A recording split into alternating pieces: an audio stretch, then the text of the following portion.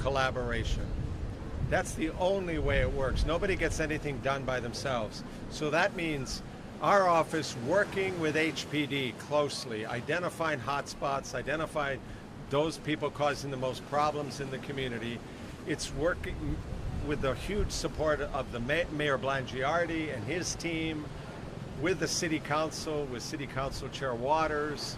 It's with the Waikiki Business Improvement District, Paul Kosasa, Trevor leading the way there.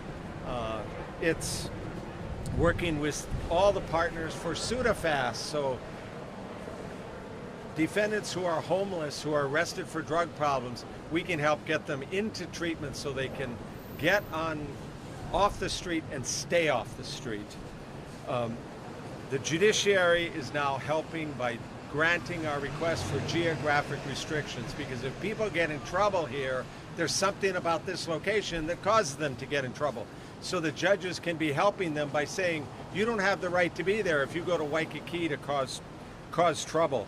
Crime is down in almost every category from a year ago, before Sudafast started, before Safe and Sound started, before the mayor got involved. Between the city and the different hotels, they've changed the hours for closure of this area, which is a lot better for everybody. 233 geographic restrictions have been granted, and 145 are in effect as of right now. So Heather Lusk and her group working with harm reduction and trying to help people to get off the street again and stay off the street. So this is a collaborative effort, everybody working together. It's good initial start, but it's got to keep going, and all the partners are committed to make sure that it will keep on. And that's the beauty of a strategy like this, that it's got a good start, but we're all going to keep at it, we're going to keep pushing, and we're going to make it better and better and better here in Waikiki. Let me call up Mayor Blangiardi. Okay. Aloha. My name is Blake Arita. I'm the acting admin lieutenant for District 6 Waikiki. And like it's been said before, the Safe and Sound program has been running in Waikiki since September 2022. It's a collaborative effort between the Honolulu Police Department, the prosecutor's office, and the Waikiki community.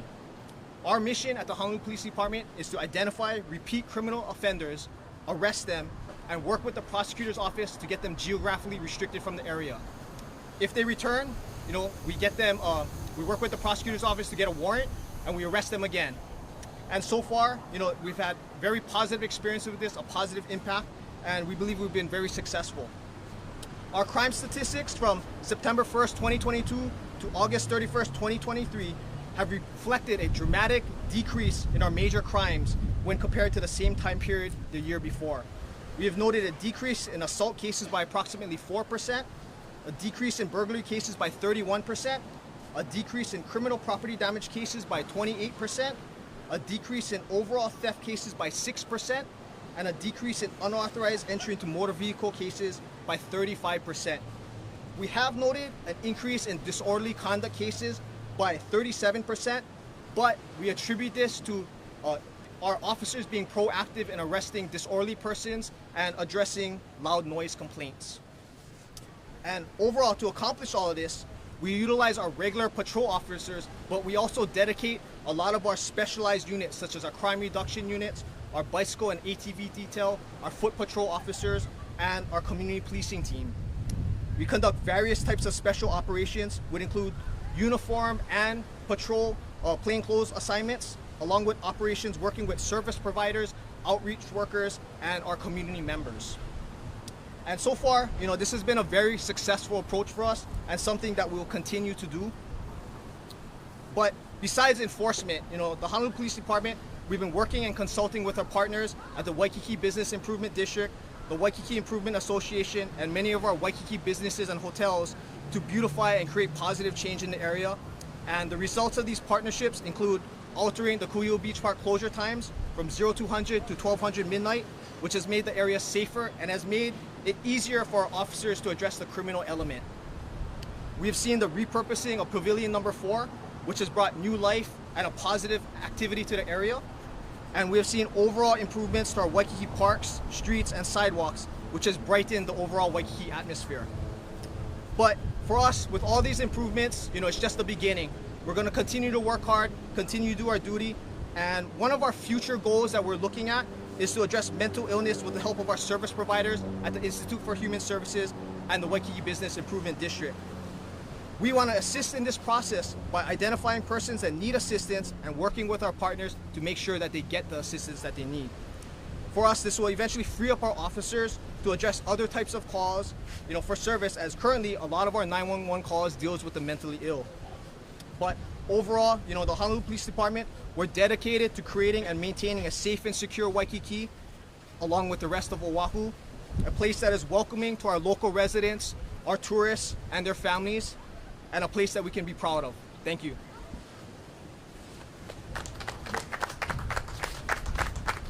Thank you, Blake. Next up is City Council Chair Tommy Waters. Hello everybody, thank you for coming out to beautiful Waikiki. This place really is beautiful and it's worth fighting for, it's worth protecting. So thank you, Mayor, for making this a priority. Thank you, Steve, Prosecutor Alm, HPD, Neighborhood Board, the Honorary Mayor, Tim Gary, and John Dutzman. It really does take a village. Everybody's gotta be working together to make this happen. And it is happening. Just listen to the statistics that HPD has said. So mahalo to you guys, HPD. Thank you. Thank you. Thank you to the senators and Rep Tam as well for working together. But really, you guys need to talk to these two gentlemen because they've been on us the whole time at the neighborhood boards, being the mayor, prosecutor at HPD, and we gotta work hard, we gotta do something. And they tell me that it's working. These are the guys who live here, who are here every day. Right, Tim? You surf out here every day. He sees what's happening on the ground. And he says that the HPD has made a difference. That Safe and Sound has made a difference. And when I hear that from these two guys, that makes me happy. And Mayor, that means we're doing something good. So keep up the good work, guys. Thank you all. Aloha.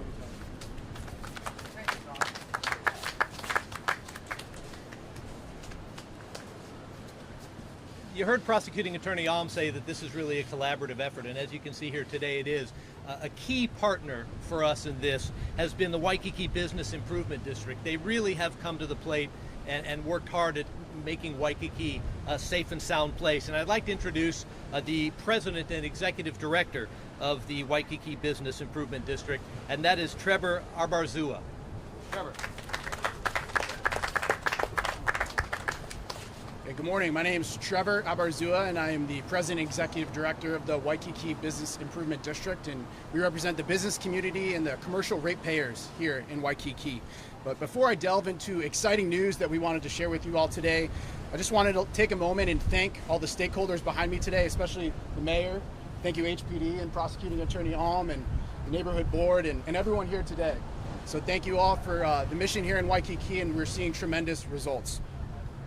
But building on the momentum, we're thrilled to announce today that the Waikiki Business Improvement District, through a grant provided by the Mayor's Office in the City and County of Honolulu, as well as the Kasasa Family Foundation, that we have brought on an Executive Coordinator of Safe and Sound for year 2.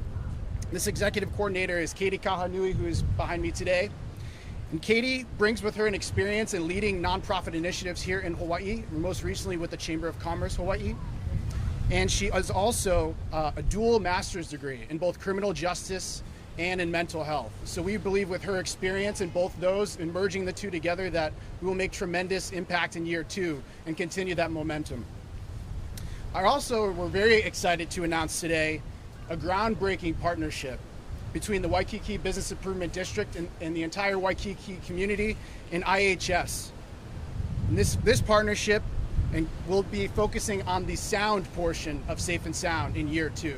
And how can we help these people that are severely mentally ill, that are houseless, and that are in desperate need of assistance here in the district?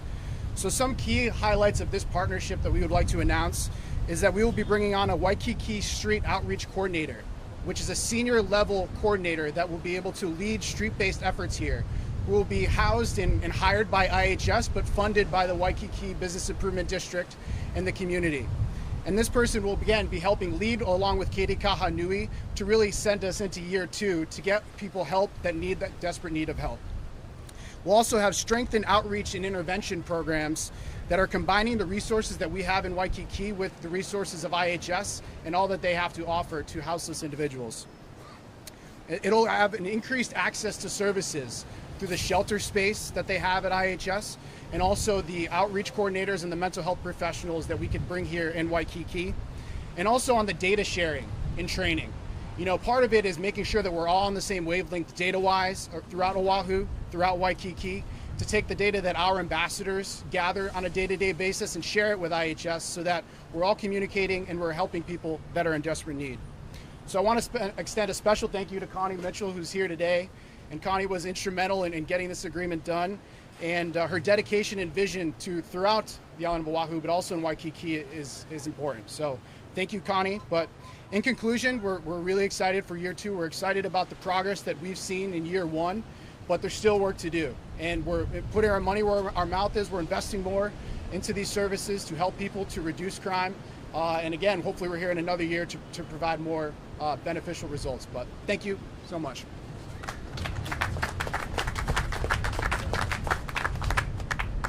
I think let's take a moment and hear from Connie Mitchell, if we can, about how the Institute for Human Services is now partnering with the people here in Waikiki to make this a better place for residents and for visitors.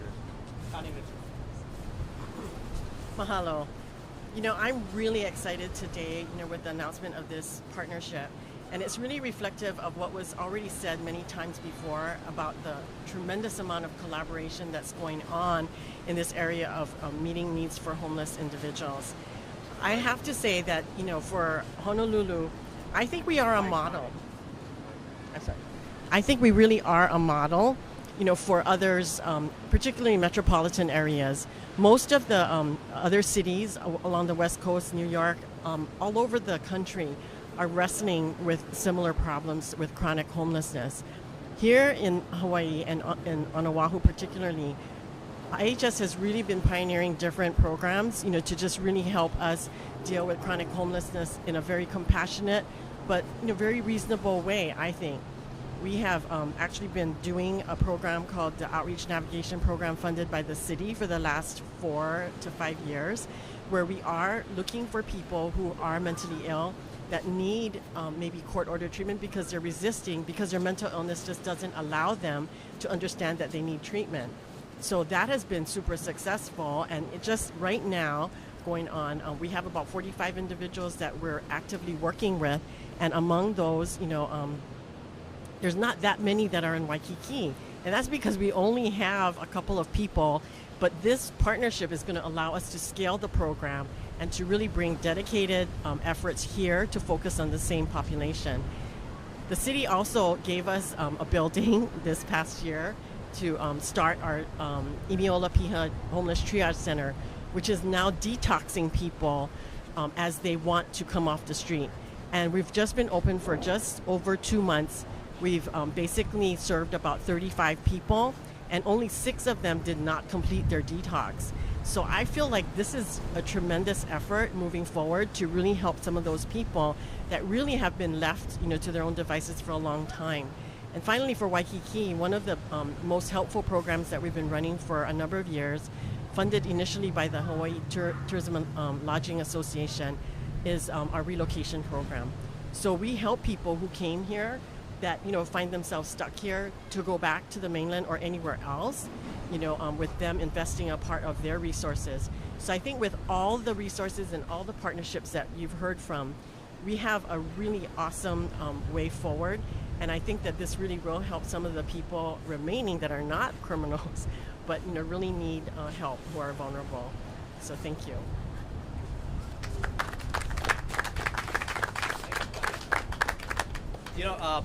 Acting Lieutenant Arita can give you stats on how things have improved in Waikiki. We can give you some numbers as well. But maybe the true test is hearing from somebody who spends all this time down there. And therefore, I'd like to introduce the chairperson of the Waikiki Neighborhood Board, Bob Finley.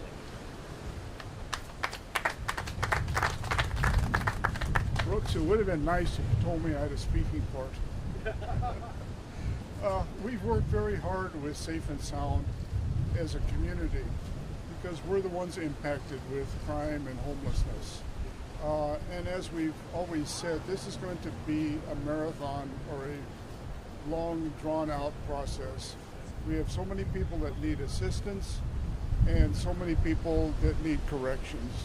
So I'd just like to thank Steve Alm, the mayor, all of the community groups that have worked so hard with us, Brooks for tricking me to be here today, and just thank all of you for your support for this effort. Thank you. On the spot, Bob. Great work. I appreciate it. Thank you very much. A couple more speakers for you, and then we're going to finish strong with Mayor Belangiardi. But before we get there, I'd like to introduce someone who really has invested in Waikiki and invested in this initiative, and that is the president and CEO of ABC Stores, Paul Kosasa.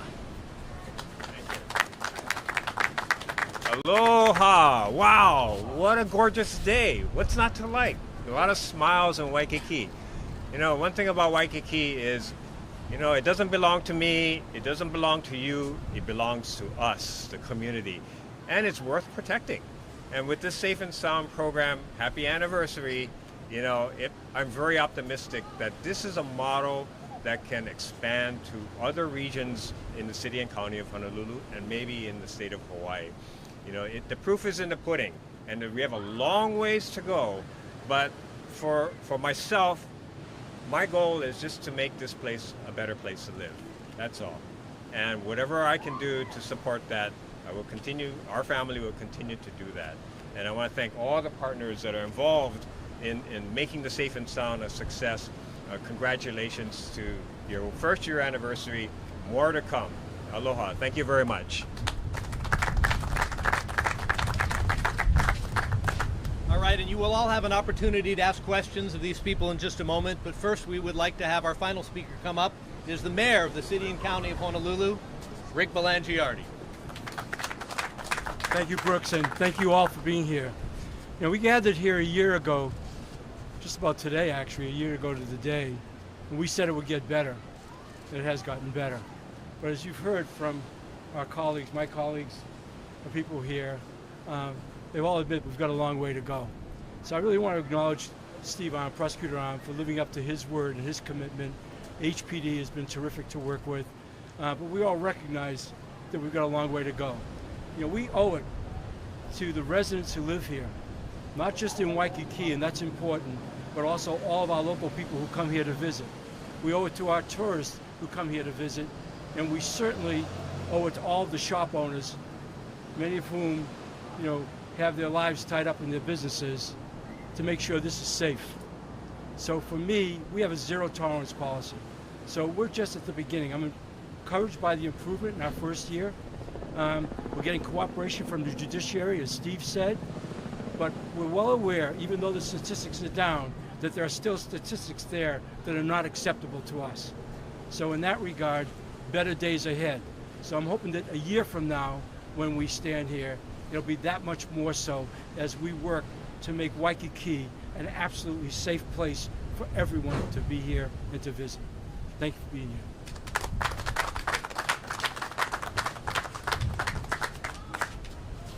Thank you, Mayor. I appreciate it. And now we'll open it up to questions if reporters would like to ask questions of any of the speakers or any of the other various leaders you see from Waikiki who have gathered here today. Maybe the prosecutor, but you know, sorry, it seems like you've built up good momentum. Are the judges now, I know they've increased their geographic restrictions, but are they doing enough? Are they on the same page now, or is there more that they can do? Well, they've really stepped up on the geographic restrictions, and I think that was due to public statements by Chair Waters, Mayor Belangiardi, myself, about how they got to be part of their job is protecting the public. That's listed as things to consider in a sentence. And so putting people on probation not only allows the geographic restriction, but allows other conditions to be applied, like mental health treatment or drug treatment. We would wish they give a little more jail time for some of these folks, but at the same time, we're trying to use the habitual property offender for the ones who steal every single day. A lot of them have mental health problems, they have drug problems, so we're going to try to get them in there. I really wish the judiciary would step it up with probation, felony probation, for example. They pretty much destroyed hope probation, where you had consequences for every violation. And now it's a much more punitive, no immediate action is taken. More people are being sent to prison. But I can tell you, these guys that we've worked with HPD and arrested for habitual property, offense, often have drug problems, alcohol problems. Unless that is dealt with, they're going to start stealing again, and then HPD will arrest them and we'll prosecute them again. So they've made really good strides in the geographic restriction. We're just hoping for a little more serious consequences in other areas. Anybody else? Yes?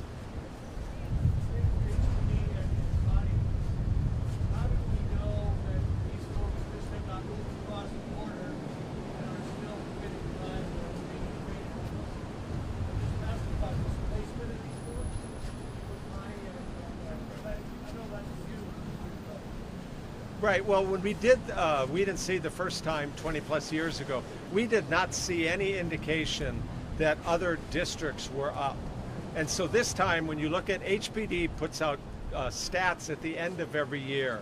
And I know when there were some cars, windows blasted in the Kahala area, I went and looked at the stats, and they actually are lower in last year than they were the year before. So I have not seen any indication of that. I'll be happy to call, our police officer partners up here to discuss it, or Connie as well. But we didn't see displacement. We are convinced there is something about this area, Waikiki, where you have thousands of visitors, military, local people. It's a mix, it's active, it's what makes it a lot of fun, but it's also where people will come and get into trouble. We see the same thing in Chinatown. They're not going to go several blocks away to commit a disorderly conduct. That happens here. And it's the blessing of Waikiki being so vibrant, but it's also where some crime happens. Lieutenant? Hi, so yeah, working, making sure that they're not being repeat offenders in other areas. So that's where, for us, working with our other districts, making sure that they're also on the same page, that they may not have a safe and sound program, but they may have Weed and Seed or something else. But that's working with them to making sure that they're utilizing the same resources that they have to ensure that their areas are protected as well. And also making sure that we work with our partners at IHS, Waikiki Business Improvement District, to make sure that some of these people get the resources that they need, whether it be outreach, shelter, because a lot of times zero tolerance enforcement, it also pushes that person to seek help. We arrest them so many times, the 9 times, and on the 10th time, that's when they want to seek help. So zero tolerance enforcement really works, but we're making sure that we have alternate resources available for them to just show compassion and to actually fulfill a lot of the law requirements, because it involves that. So it's just making sure that we work with our partners and work inside the department and also outside in the community as well. Any more questions for HPD? As a homeless service provider, we're part of Partners in Care on Oahu, and we have what we call the Homeless Management of Information System. So we pretty much put in all our encounters, into that system. So as they move from place to place, we know if they've moved from Honolulu or Waikiki over to Mo'iliili or to Waimanalo. We're able to actually track that way, and when we really have to get in touch with somebody, like we started to get them an ID, or we're needing to give them medication, sometimes we even partner with HPD to ask them, hey, if you see this person, can you let us know? But we have the capacity to just really be more aware of where people are moving. If they move out of district, I think it's really helpful for us, and we are actually meeting with HPD regularly, so that the community policing team is aware of some of the folks, and we get regular information about some people who seem to be having problems and vulnerable. So I really am confident that we will be able to continue serving people even if they are restricted from this area. Thank you. I want to just address the displacement issue too. What's not represented here in our discussion this morning is our core unit. And that is a mobile outreach unit that we wanted to get in place And I'm very proud of that organization, what they can do as the first step. And what we were really close on doing, and then Maui preempted everything in our meetings with the governor, is coming forward now with some places and facilities we can put people into and provide wraparound services through the state of Hawaii. That is the next leg, but having that mobile crisis unit also helps our efforts down here. It mitigates the 911 calls from having the police to respond, or even EMS for that matter, because we can intercept those and be on the scene. At the same time, work in the community to build trust. A lot of these people that are mentally ill and have serious addictions have been on the streets for a long time. We know it's a complicated problem. We're just not interested in getting them out of Waikiki and putting them somewhere else. So this is the beginning of a process. I feel good about our first year, as I said earlier. We know we can do a lot better. We have to do a lot better, and we will. And I think you can look for us as a city to evolve with the state on a going forward basis and becoming a lot more effective. You heard Connie this morning talk about it, and being able to place people who seriously need those kind of services. Mayor, sorry. Are you going to, after November 30th, are you going to continue supplementing HPD with private security? We're going to look to extend our contract with private security for as long as we can. We know that they're being highly effective. Right now, they work here 7 nights a week from 8 p.m. to 4 a.m. It's made a difference. It's designed, it's a lot of police officers off duty who choose to do this work. So they're really well trained in that regard. Look, it's everything we can do. As I said earlier about zero tolerance, I mean zero tolerance. If we could have that unit in addition to what we have with HPD down here all the time, we would. We're trying to do the very best we can. We know it's having an impact, a positive impact, so we want to continue that. Any other questions?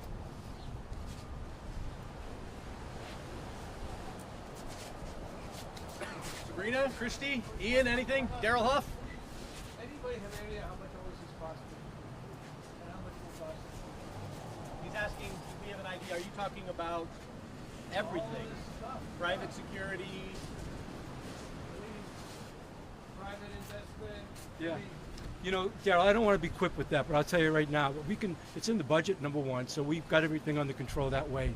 But the definition of a cynic is somebody who knows the cost of everything and the value of nothing.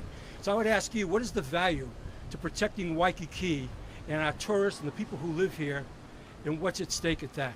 Okay, and that's what this is about. It's a value proposition. Providing public safety is not about cost. It's about making sure you deliver on that promise and that effort. So that's what this is about. Okay?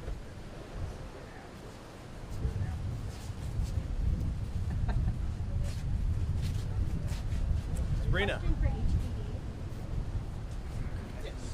You had mentioned that disorderly conduct was up, and you mentioned that it's because there's more enforcement from the police officers. Can you describe what was happening beforehand and what's happening now? I think just utilizing, having our officers understand, working with the community members. A lot of our community members are here that assist us in recognizing I don't want to say problem people, but our repeat offenders, and just having them recognize these people and working with the community to get proper statements, get proper eyewitness statements so we can arrest these people. Because I think a lot of times before, there could be some miscommunication where people would call 911 and they wouldn't wait for us, or the disorderly act would be done already. But now, working with the community, having them better educated on what we need, they're assisting us in getting the criminal elements that we need to fulfill an arrest, and we're taking action on that. And thus, when we're arresting them, we're getting them off the streets. And also, like I said, the loud noise complaints, we've been receiving a little bit more from those because, Waikiki is reopening. It's opened up again, so we have a lot more street performers, and we've been enforcing that as well. So that could lead to the slight uptick. So you're pointing toward education, citizen, versus what? Yes, so one of our things is our community policing team. They do a lot of see something, say something seminars where they go out to the Waikiki Community Center, they go out to various apartment buildings and hotels, and they educate the employees, the people that live there on, crime reporting, crime statistics, what to look out for, and it's been very beneficial to us. Some of our community policing team officers are here right now, and I could say approximately last year they probably did about 40-something seminars all throughout Waikiki, and it's been very successful, I think. So education is important too.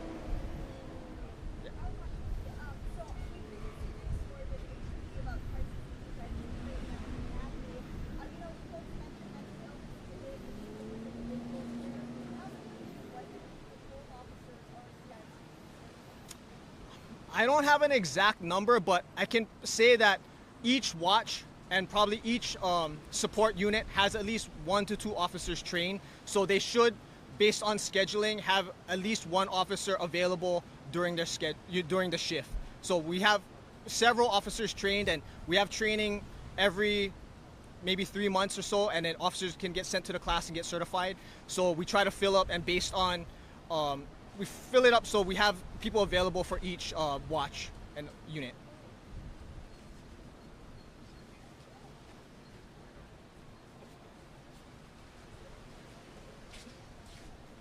All right, are we all good? Anyone have any other questions? If you have any follow-up, anyone needs data or anything, you can certainly get in touch with me. I think you all know how to do that. I'd be happy to answer your questions, but here is an opportunity to get the newsmakers while they're still here. And if that'll do it, I appreciate you all being here. Thank you very much. I feel safer and sounder today than I would have a year ago. So thank you all for coming, and thank you guys all for the work you do.